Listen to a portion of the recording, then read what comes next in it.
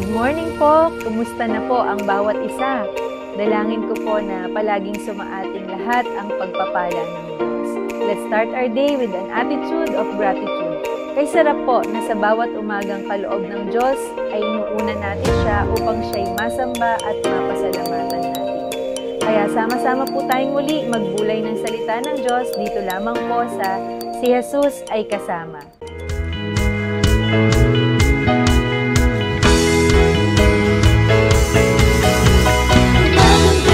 Si Jesus ang kasama, umagang kay ganda si Jesus ang kasama, umagang kay ganda si Jesus ang kasama, na kasama, kasama, na si Jesus ang kasama, na.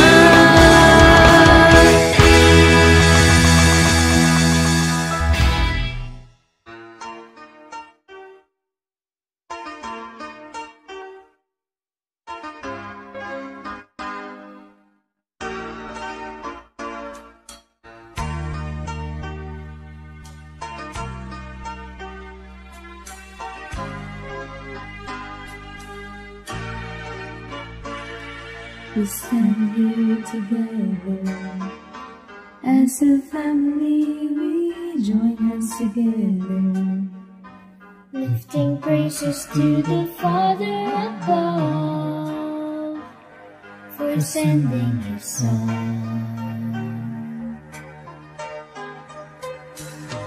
We've chosen together as a family to serve Him forever, knowing nothing else will matter in time. We made up our minds. Through the heat of the day, we will join in the fight till He takes us away, till our faith becomes sight. As for me and my house, we will serve the Lord.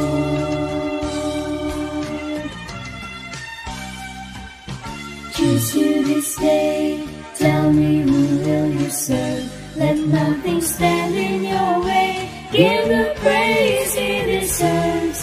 As for me and my house, we will serve the Lord.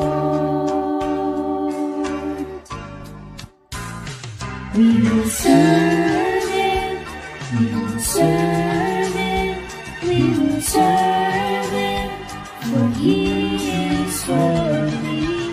Serve Him, we will serve Him, we will serve Him, for He is worthy. Choose you this day, tell me who will you serve. Let nothing stand in your way, give the praise He deserves. As for me and my house, we will serve the Lord, the Lord, the Lord.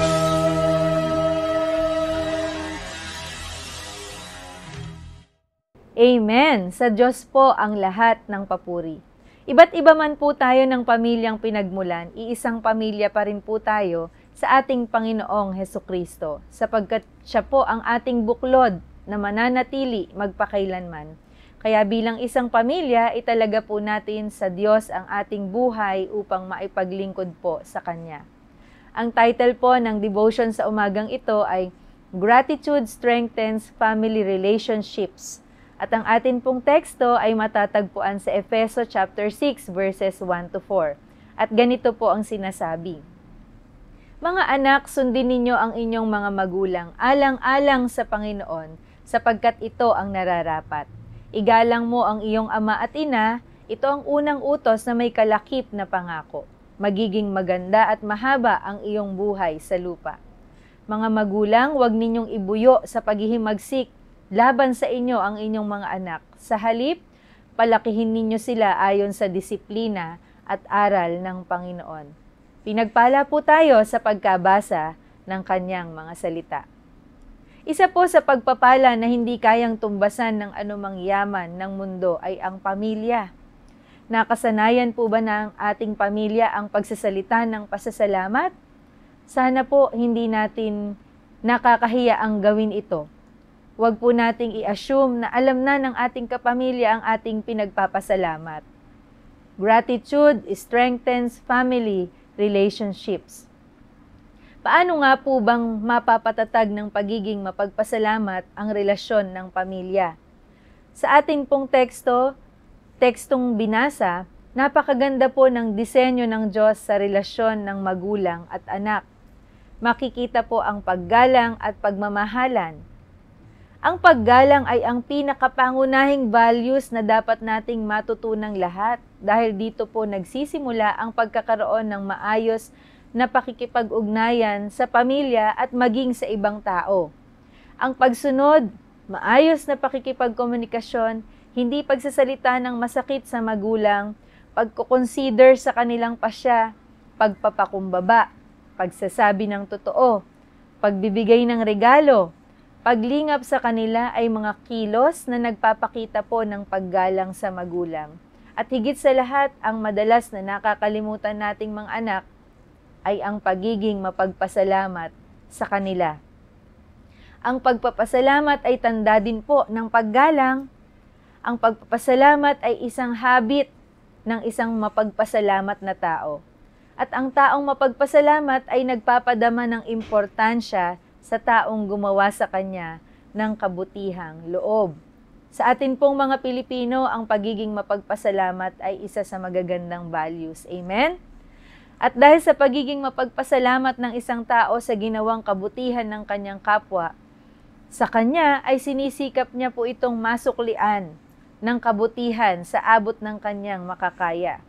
Ang pagkakaroon po ng mabuting puso ay kapahayagan din ng pagiging mapagpasalamat. Ang sabi po ng isang author ng isang aklat, kabaligtaran po ng pagiging mapagpasalamat ay entitlement mentality.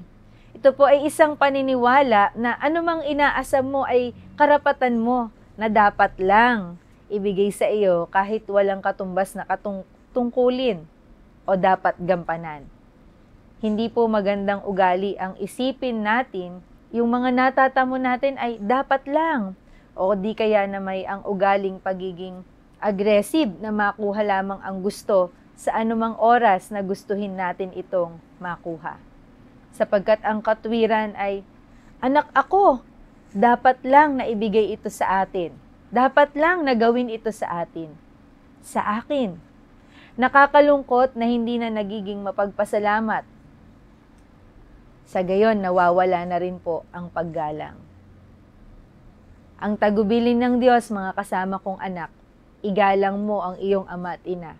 Ito ang unang utos na may kalakip na pangako. Lalawig ang iyong buhay at ikaw ay giginhawa.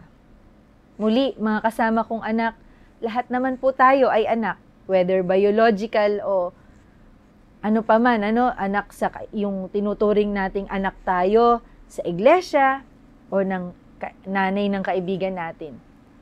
Palakasin po natin ang ating pagiging mapagpasalamat sa pamamagitan ng pagmamahal, pananagutan at pagkilala ng ating mga magulang ay biyaya ng Panginoon na dapat ipagpasalamat. May tagubilin din po sa atin mga magulang. Sa atin pong teksto, ang sabi po sa verse 4, mga magulang, huwag ninyong ibuyo sa paghihimagsik laban sa inyo ang inyong mga anak.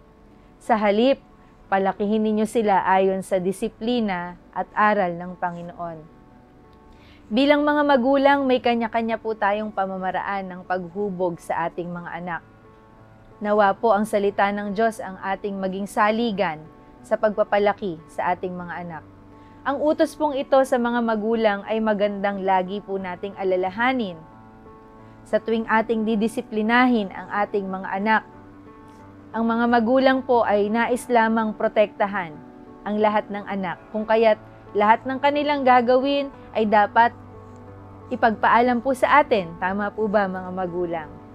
At sa atin pong pagpuprotekta sa kanila, nawa po ay mabantayan natin kung labis po ba ang ating kahigpitan o di kaya na may labis ang kalayaan na ang ating binibigay at nawawala na rin ang pagdidisiplina sa anak. Ang dalawa pong yun ay extreme. Pareho po itong makakapag-provoke sa ating mga anak kung lalabis sa mga pamamaraang ito. Hindi po madali ang maging magulang. So, paano po ang ating gagawin? Ang sabi po sa verse 4, sa halip, palakihin ninyo sila ayon sa disiplina at aral ng Panginoon. Tungkulin po natin na in-nurture ang ating anak. Kinikilala po nating regalo sila ng Diyos. Amen? Kaya bilang pasasalamat natin sa Diyos na nagbigay sa kanila, in-nurture po natin sila. Accountability po natin sila. Ipakilala po natin ang Panginoong Hesukristo bilang Panginoon at tagapagligtas.